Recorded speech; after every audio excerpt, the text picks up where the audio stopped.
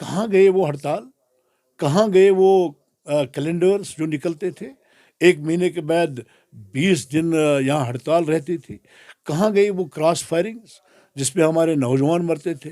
कहाँ गई वो जो स्टून पेंटिंग करा रहे थे। जब इलेक्शन होंगे, मैं बाबा जी और उमर साहब को, फारूक साहब को कहना चाहूँगा, जब इलेक्शन हो जाएंगे और उसके बाद देख लेना, इनकी जमानतें जब्त होंगी। तारीख को वहाँ उद्घाटन होना है और आप देखेंगे, दुनिया देखेगी, वहाँ प्राइम मिनिस्टर नरेंद्र मोदी ही उद्घाटन करेंगे।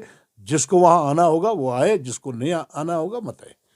ऑस्ट्रेलिया का जो पीएम है वो कहता है कि Narendra Modi is a boss, और जो बाकी कंट्रियों के पीएम है वो नरेंद्र मोदी जी के सामने झुक गए, उनके पैरों को हाथ लगाया।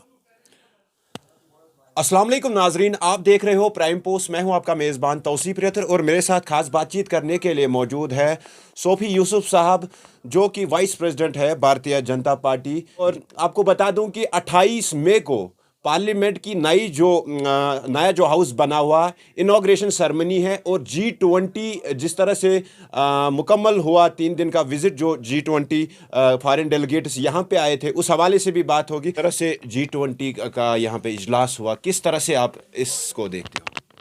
ये नए कश्मीर की एक निशानी है।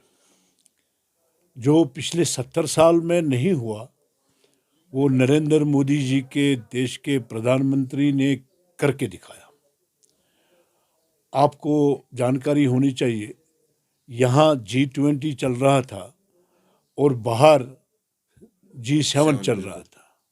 तो उसमें देखिए, ऑस्ट्रेलिया का जो पीएम है वो कहता है कि Narendra Modi is a boss,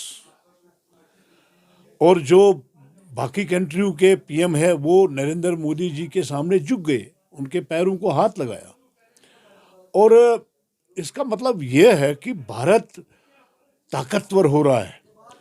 Bharat एक बहुत बड़ा देश बनने जा रहा है और बन चुका है नरेंद्र मोदी की नेतृत्व में। उसी का एक कड़ी ये है कि 70 साल के बाद कश्मीर में जो हिंदुस्तान का ताज है, जो पूरे विश्व में माना जाता है कि ये जन्नत है, उस जन्नत में G20 की बैठक होना एक बहुत बड़ा अचीवमेंट है हमारे जम्मू कश्मीर के आवाम के लिए, और हमारी तरक्की के लिए ये और इशारा कर रहा है कि अब जम्मू कश्मीर तरक्की के ओर गामजन होगा। सब ये भी जानना चाहूँगा, जिस तरह से अब ग्लोबल इवेंट यहाँ पे हुआ, क्या उम्मीदें रख सकते हैं कि इससे चेंजेस होंगी, टूरिज्म में बड़ा इजाफा होगा? जिस तरह से कहा जा रहा है कि हॉलीवुड मूवीज़ की शूटिंग होगी, बॉलीवुड की शूटिंग, पिछले साल भी बॉलीवुड की 300 मूवीज़ की शूटिंग हुई है। जिस तरह से पिछले 1-2 साल से कोविड या आर्टिकल की वजह से जो हमारा टूरिज्म सेक्टर, उस पर काफ़ी ज़्यादा असर पड़ा। नहीं, देखिए, ये तो हम सबको इस पर थोड़ा सोचना भी चाहिए, क्योंकि आप डेमोक्रेसी के 4th पिलर हैं। आप भी लोगों के बीच में रहते हैं, आप डाउन टू अर्थ रहते हैं, लोगों के बीच में रहते हैं। कि 5 अगस्त 2019 के बाद आप मुझे बताइए और लोगों से भी पूछिए, कहाँ गए वो हड़ताल, कहाँ गए वो कैलेंडर्स जो निकलते थे। 1 महीने के बाद 20 दिन यहाँ हड़ताल रहती थी। कहाँ गई वो क्रॉस फायरिंग्स जिसमें हमारे नौजवान मरते थे। कहाँ गई वो जो स्टून पेंटिंग करा रहे थे। तो बदल चुका है, सारा जम्मू कश्मीर बदल चुका है 5 अगस्त 2019 के बाद। और ये शुरुआत नरेंद्र मोदी ने की है, अमित शाह जी ने की है। और ये जो आज के जो इवेंट हुआ, जो G20 की बैठक हुई, 2 दिन दिवस का एक बहुत बड़ा सेमिनार हुआ, आपने देखा कि जम्मू कश्मीर के लोग कितने खुश थे, खुश असलूबी से मेहमान नवाजी उनको करते थे। और ये भी एक राह है हमारे लिए कि आने वाले दिनों में, आने वाले नए सालों में जो है कि जम्मू कश्मीर तरक्की करेगा। आप देखिए कि आज श्रीनगर आप जाइए, गुलमर्ग जाइए, पहलगाम जाइए, आप देखिए होटलों में फ्लो कितना है। होटल का कमरा नहीं मिल रहा है, इतना टूरिस्ट है। आज हमारा घोड़ेबान, हमारा टैक्सी ड्राइवर, आज हमारा दुकानदार, आज हमारा जो भी इस तबके के साथ जुड़ा हुआ है, आज वो पैसा कमा रहा है। मेरी कॉन्स्टिट्यूंसी की अगर बात करें, जहाँ पहलगाम जिसको कहते हैं, तो वहाँ कुछ मुलाजिमों ने नौकरी छोड़ी कि उनका अपना कारोबार है, अब वो अपना कारोबार करने लगे हैं। तो इसका मतलब है खुशहाली आ रही है, खुशहाली आ गई है और नया कश्मीर हो गया है, जन्नत कश्मीर फिर से बनेगा। सो साहब, अगर अपोजिशन पार्टीज़ की हम बात करें, रीजनल पॉलिटिकल पार्टीज़, वो कह रहे थे इन्होंने श्रीनगर सिटी को छावनी बना दिया, लोगों को जाने की इजाज़त नहीं, बैरिकेटिंग की गई थी, लोगों को इजाज़त नहीं दी जा रही थी, अंडर हाई सिक्योरिटी। फारूक साहब को नहीं बुलाया गया, महबूबा मुफ्ती को नहीं बुलाया गया इस इवेंट में। देखिए, किसी पार्टी को नहीं बुलाया, बीजेपी का भी वहाँ कोई नहीं था। हाँ, बीजेपी वाले मेहमान नवाजी कर रहे थे क्योंकि हम वहाँ के मेज़बान थे। और फारूकुल्लाह की बात अगर करें, महबूबा जी की बात करें, तो मुझे लगता है उनको बुलाने की ज़रूरत नहीं, उनको लोगों ने रिजेक्ट किया है। आज जम्मू कश्मीर का आवाम जो है कि आम जो बहुत खुश है, तो मुझे लगता है कि उनको बुलाने की कोई आवश्यकता नहीं। महबूबा मुफ्ती ने यह भी कहा था कि इन्होंने G20 को हाईजैक किया है, जहाँ पे एक कंट्री का लोगो होना चाहिए, वहाँ पे बीजेपी ने कंवल का लोगो रखा था। नहीं, देखिए, कंवल हमारा उसको पता नहीं है, बीजेपी का कंवल अलग है। और ये जो डल का कंवल था, जो उसका लोगो था G20 का, वो हमारे डल से निकला हुआ है। लोटस, बिल्कुल। उसको लोटस हम कहते हैं।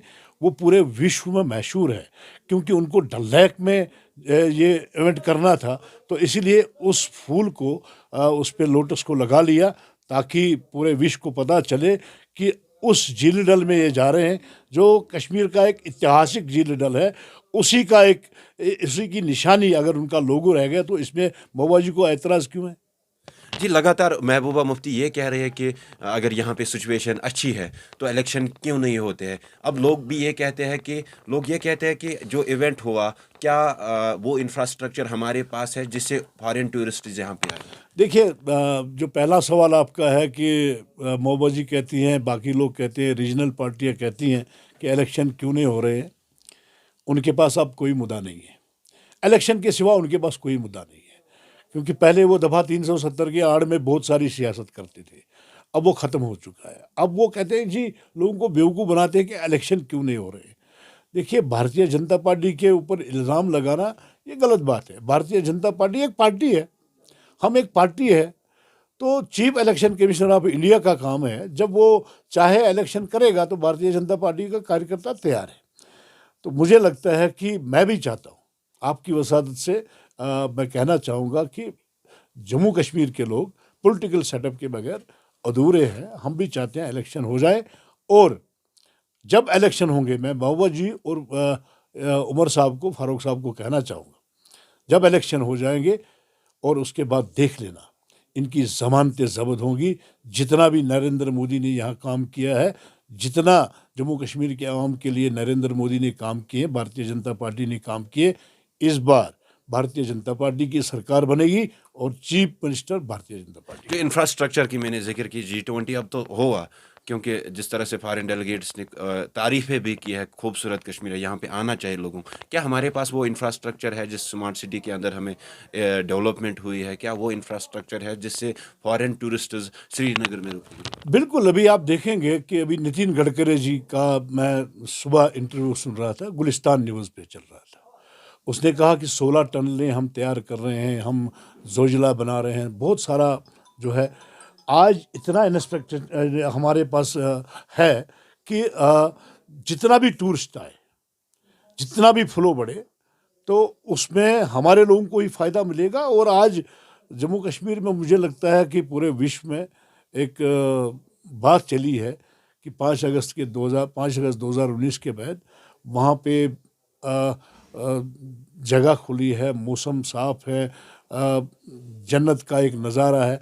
लोग आएंगे और यहाँ पे हमारे लोग जो है उनको मेहमान नवाजी करते हैं। मुझे लगता है कि आने वाले दिनों में बाहर आएगी और जितना भी टूरिस्ट आएगा, हम सबको फ़ायदा है। 28 मई को पार्लियामेंट की जो नई बिल्डिंग बनाई गई, नया हाउस जो बना है, उसका इनाग्रेशन होने वाला। अपोजिशन पार्टियों ने बाइकाट, 19 अपोजिशन पार्टी है, उन्होंने बाइकाट किया है। उन्होंने ये कहा है कि प्राइम मिनिस्टर नहीं कर सकते इसका इनाग्रेशन, क्योंकि ये साइड तो कहीं ना कहीं ये डेमोक्रेसी को कमज़ोर कर रहे हैं।